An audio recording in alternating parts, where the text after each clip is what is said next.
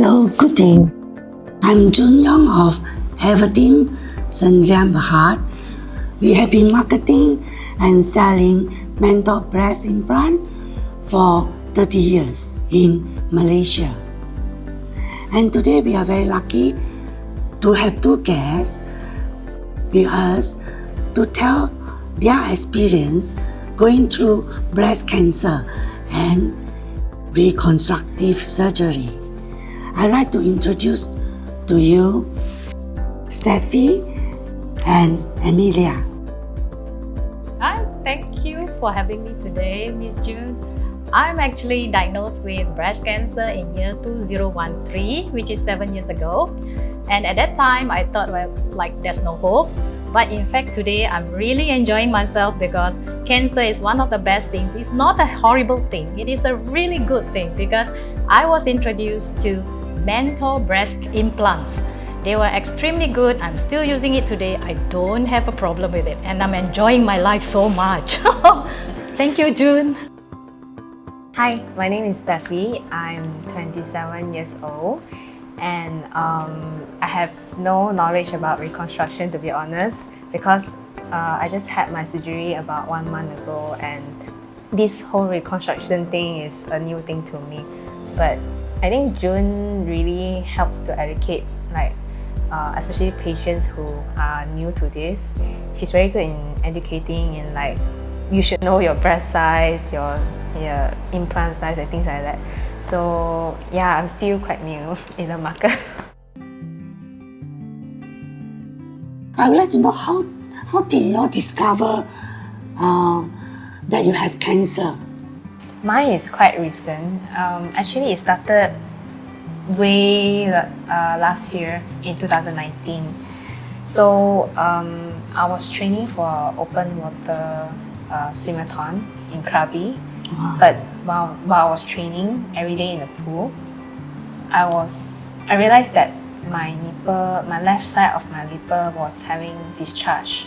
So it was bleeding quite a lot almost every day. So it was like staining a lot of my bras, and I had to wash every day. So it wasn't normal, and I had to go and check with the doctor. So I went to see a gynae. But the gynae told me it was an infection. Yeah, so I took medications and antibiotics and applied cream, but it didn't get better. So because of that, after 1 month, it didn't get better. So I went to see a proper breast surgeon from the hospital. So the doctor told me he doesn't know what's the issue as well. So he suggested me to remove the infected milk duct. So I went for minor surgery in March, early this year in 2020. So after removing already, I thought, okay, nothing else is gonna happen. But mana tahu MCO and everything, then blah down, ding dong dong dong, all the stress and everything. Then I realized in early August, I felt like the texture of my breast is different. I felt there was a lump on the upper breast. So because of that, the doctor told me, I remember the doctor told me earlier after my first surgery, he told me that he extracted the milk duct and sent it to The lab? The lab to check. So when they found out, they say that this kind of thing, I have high chance of getting breast cancer. So he told me to monitor for some time. So mana tahu it really developed to something unexpected. So when I felt the lump, I had to go back to the hospital to check again. So I went ultrasound and went through the biopsy, mammogram, and because of that, then they found out that it was a DCIS, which is called ductal carcinoma in situ. So it's they claim it to be early stage cancer, and they suggest me to remove the whole left breast because the whole infected area, there were a lot of calcium, they call it. Yeah, so they say it's too many. So they told me to remove the whole thing. Yeah. So at that time, are you scared? Yes, pretty much. I was quite horrified because I mean, cancer is not something in my mind. Breast cancer, it wasn't something to happen at a very young age. They always claim it to be supposed to happen at a much older age, but Unfortunately, but this experience, it was a blessing, I would say, because it really changed my outlook in life. Yeah, cancer is not the end of the story. It's just a chapter of your life. So, yeah, I'm still alive today. Yeah. I believe Amelia Congratulations. can say that. Yeah, I believe Amelia can share the same experience, right? Oh, yeah. Today I'm 56. When I was diagnosed with cancer, breast cancer actually, at 49. So I thought at 49 you don't get cancer anymore. It'll be something else, right? Yeah. So I think when I had breast cancer, it is not on one breast, it's on both breasts. So this is also another thing which is like, what the heck, you know? Yeah. And then, you know, what am I gonna do? Then after that, the doctor said that, well, this is all positive. I said, how can that be, you know, at this age? Then I wasn't much about cancer. I thought cancer is like somebody else will get it, right? So in the end, when he got on me, what I did was, okay, I just don't want to think so much about it. I said, everything remove. Right? Correct. So because I had a big insurance payout, okay, don't worry. So I said, everything remove. Don't give me any more headache because I want to continue with my life.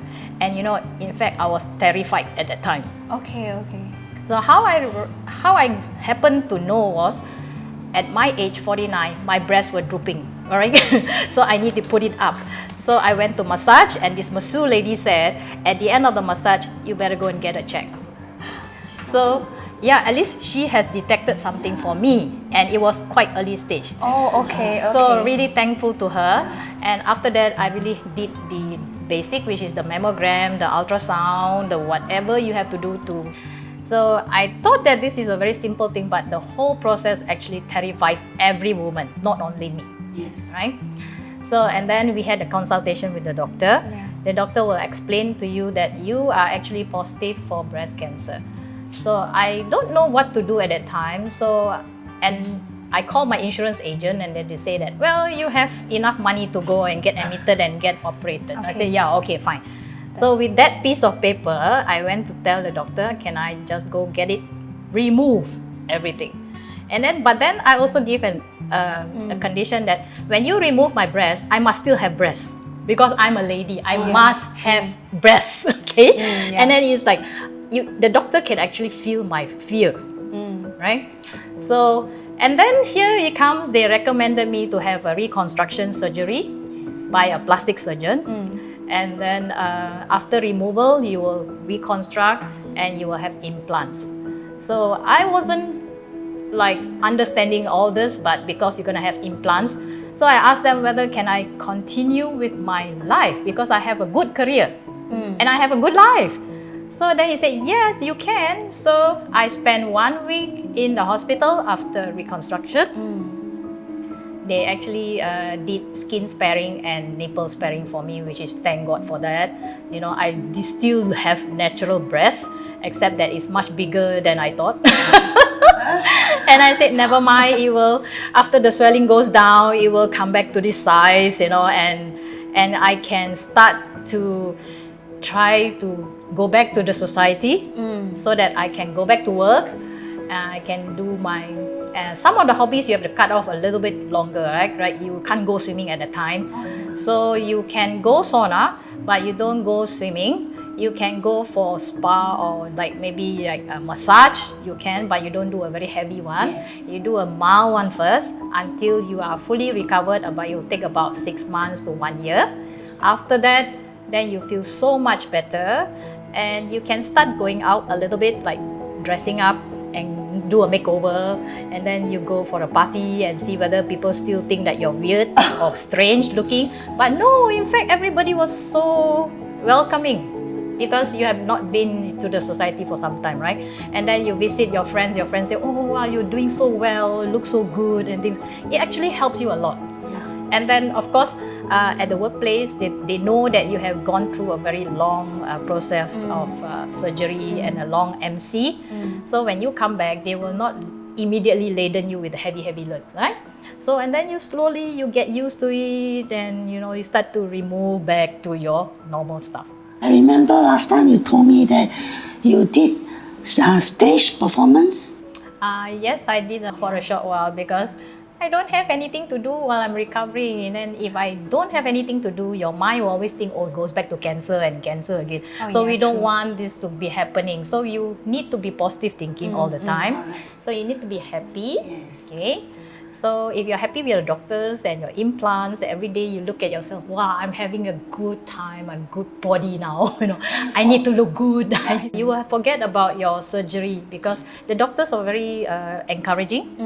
They will always tell you that, you know, you should do whatever you like, when you like, and then eat properly, sleep properly. Then to look good. Yeah. But yeah, I remember last time you told me that you have a difficulty of going swimming. Okay, because I had reconstructive surgery, part of my muscle from my shoulder has been taken out to recon one of my breasts here, and because of that, I have the movement of my right side is not as fast as the left one, because left one is left. I mean, like, it's normal. This is like one piece of muscle taken out, so I find it difficult to move my arm. I can float, but I can't swim forward. It's like, where am I going? You know, I'm just stationary there. So it's not really helping me that much. But, you know, as a consolation, I can wear beautiful swimsuits. Do you feel sad that when you can't do all those movements?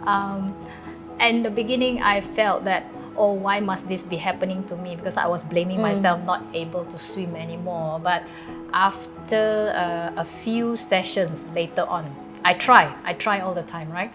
So after a few years, like about 2 years down the road, I start to have this confidence and I start to come back to swim. But this is no longer my favorite pastime. I have changed this to, don't worry about that. I still can, I mean, like, go to beach and swim, but it's not a preference now. Now I change it to become, I have to go birding, and I go, like, take leisure tours, you know, maybe go visit some of your, you know, relatives somewhere, ancestors or something like that. So what kind of exercise you do now? What I do here is, because I'm 7 years already from this operation, I'm now very active. I do Tabata, which is for beginners, for women. It's kind of high impact aerobics. It's not aerobics. It's like, it will take away 1,000 calories in 4 minutes. Yeah, because it's a high intensity exercise, right? So I don't have a weight problem. Yes, because a lot of people think that they couldn't do heavy exercises or aerobics once they have reconstruction, breast reconstruction. But I will show you that we can do it in a mild way. Not me. You can do this after 1 year, my dear. You don't have to worry about that.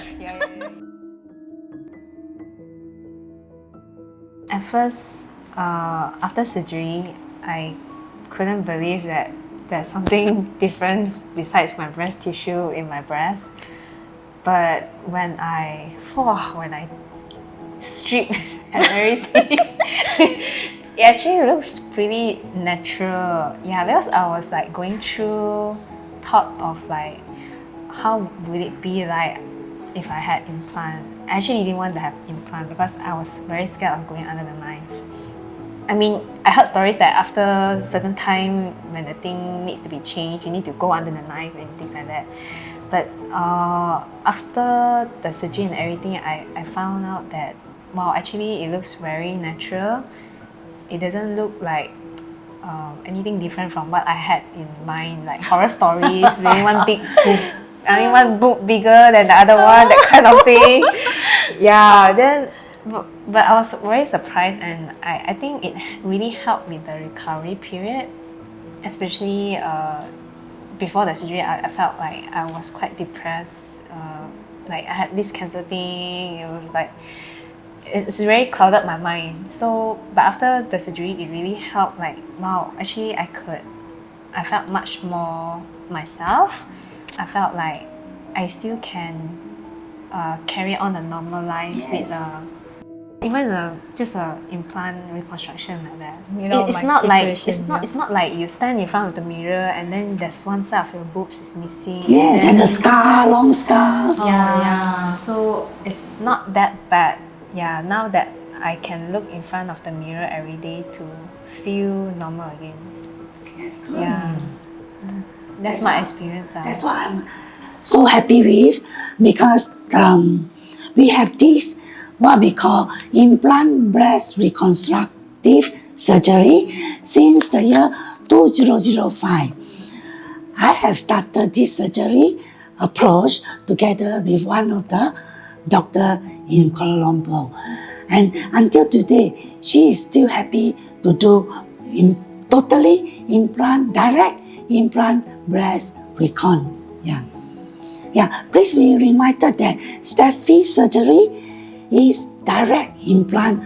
After removing the breast tissue, directly doctor put in the breast implant without having any other surgery. Unlike Amelia still have to her surgery in 2013. She have to harvest a muscle from her back. That is called LD flap. That is a bit more difficult surgery than Steffi one. Steffi recovery is only 3 days. Yeah, 3 days, 3 days. Yeah, correct. I took 1 week in the ward. But it's okay. Why it took so long? Yeah, because I had, a flap, and I had 1 mastec and 2 lumpex, and they have to adjust the implants properly. And anyway, it's kind of heavy for the first time when I first started using it. But later on, you get used to it and you feel so much better. There'll be a lot of counseling with the doctors. They'll tell you how to take care of it, how to take care of yourself. And of course, I'm still undergoing cancer monitoring. It's all like, you have to take care of it, right? So the implant is just enhancing the beauty of a lady. You should try it if you are, if you are forced to do a reconstruction. Yes. I would suggest that you do an implant which is reasonably to your figure and live a good life.